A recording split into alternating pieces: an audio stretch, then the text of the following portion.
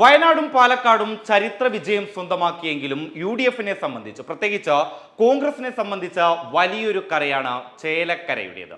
ചേലക്കരയിൽ വിജയിക്കാനുള്ള എല്ലാ സാധ്യതകളും UDF-നുണ്ടായിരുന്നു. കാരണം സംസ്ഥാനത്ത് വലിയ രീതിയിൽ ഭരണപക്ഷ വിരുദ്ധ വികാരം അലയടിക്കുന്ന ഒരു സമയത്താണ് LDF-ന്റെ സിറ്റിംഗ് സീറ്റായ ചേലക്കരയിൽ ഉപതെരഞ്ഞെടുപ്പ് നടക്കുന്നത്. ആ മണ്ഡലത്തിൽ വിജയിച്ചു കയറാനുള്ള എല്ലാ സാധ്യതകളും UDF-നുണ്ടായിരുന്നു. ഒന്നുകൂടി ആഞ്ഞു ശ്രമിച്ചിരുന്നെങ്കിൽ UDF-ന് ഉറപ്പായും ചേലക്കര ലഭിക്കുമായിരുന്നു.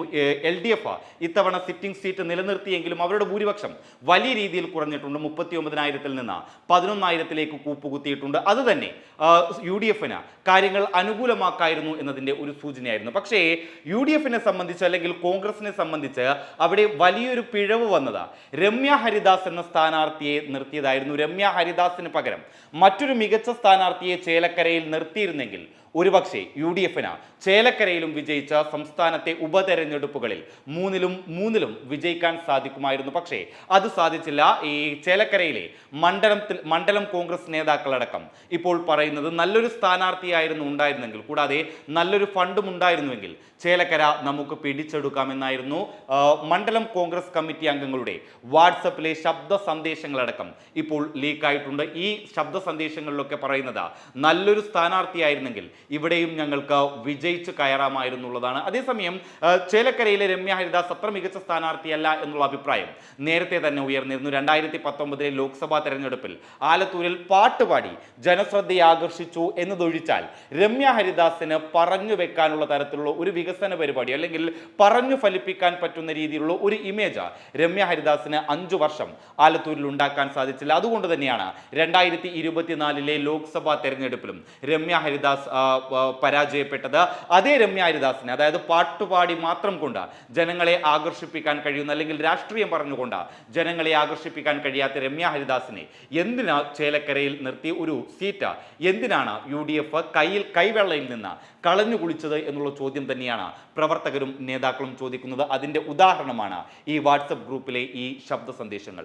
ഓഡിയോകൾ കേൾക്കാം.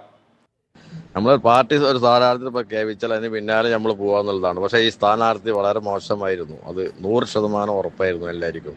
അത് ഉള്ളിനുള്ളിൽ എല്ലാവർക്കും അറിയാമായിരുന്നു. പക്ഷേ നമുക്കത് പ്രവർത്തിക്കാൻ പറ്റില്ല. അത് പാർട്ടി പറഞ്ഞ സ്ഥിതിക്ക്, പാർട്ടി അവതരിപ്പിച്ചതും നമ്മുടെ KPCC അവതരിപ്പിച്ച സ്ഥിതിക്ക് നമുക്ക് പിന്നെ അതിനെ ഒന്നും പറയാൻ പറ്റില്ല. അതുകൊണ്ടാണ് നമ്മൾ സപ്പോർട്ട് ചെയ്തത്. അതാണ് അതിൻ്റെ യഥാർത്ഥം. ഇനി 1.5 കൊല്ലം കഴിഞ്ഞാൽ ഇലക്ഷൻ ഉണ്ട്. അതുകൊണ്ട് ഇത് പറഞ്ഞ് ഈ മുന്നേ സഹോദരൻ പറഞ്ഞ മാതിരി നമ്മൾ പാർട്ടിനെ പറ്റി അവഹേളിച്ച് സംസാരിക്കുകയല്ല. അതിന് പഞ്ചായത്ത് ഇലക്ഷൻ ഉണ്ട്. അപ്പോൾ അതും കൂടി നമ്മൾ പഠിച്ചിട്ട് സ്ഥാനാർത്ഥികളെ എല്ലാം നല്ല കാണുക, അതാണ് വേണ്ടത്. നന്നായിട്ട് നേതാക്കന്മാർ പ്രവർത്തിച്ചു എന്നുള്ളതൊക്കെ പറഞ്ഞു. അതുപോലെ തന്നെ രാധാകൃഷ്ണനും പ്രദീപും നല്ല മികവുള്ള ആൾക്കാരാണ് എന്നുള്ളത് പറഞ്ഞു. അതുപോലെ തന്നെ ഒരു 5 വർഷം MP ആയ ഒരു സ്ഥാനാർത്ഥിനല്ലേ നമ്മളിവിടെ നിർത്തിയിട്ടുള്ളത്. ആ സ്ഥാനാർത്ഥിനെ നിൽക്കുന്നതിന്റെ പ്രഖ്യാപിക്കുന്നതിന്റെ മുന്നേ തന്നെ ഇവിടെ പല നേതാക്കന്മാരും വേണ്ട എന്നുള്ള ലെവലിൽ പറഞ്ഞിട്ടുണ്ടായിരുന്നു. എന്നിട്ട് പിന്നെ പാർട്ടി പ്രഖ്യാപിച്ചല്ലേ വെച്ചിട്ടാണ് നമ്മുടെ അടിത്തട്ടിലൊക്കെ നമ്മളെ പ്രവർത്തകർ നന്നായിട്ട് പ്രവർത്തിച്ച്. ഇതിൽ പകുതി സ്ഥാനാർത്ഥിയുടെ കഴിവും വേണം, ബാക്കി പ്രവർത്തനവും ഉണ്ട്. ഇത് രണ്ടും ഇല്ലാത്തത് കൊണ്ട് ആണ് ഇവിടെ രണ്ടും പറഞ്ഞിട്ട് പ്രവർത്തനം ഉണ്ടായിട്ടുണ്ട്. പിന്നെ ഒരു ഉപതെരഞ്ഞെടുപ്പിന് നേരിടേണ്ട ലെവലിലുള്ള ഫണ്ടോ അല്ലെങ്കിൽ അങ്ങനെയുള്ള ഒരു ഇത് ചേലക്കര ഉണ്ടായിട്ടില്ല എന്നാണ് എനിക്ക് തോന്നുന്നത്.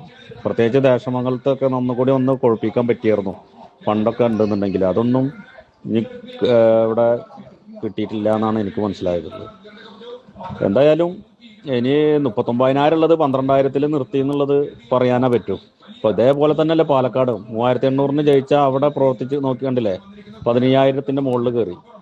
അപ്പൊ നമ്മുടെ 39,000 എന്നുള്ളത് 12,000 ആയി എന്ന് പറഞ്ഞിട്ട് സമാധാനിക്കാം. അല്ലാതെ വേറെ ഒന്നും പറയാനില്ല. അല്ലാതെ എന്താ പിന്നെ ചെയ്യാ?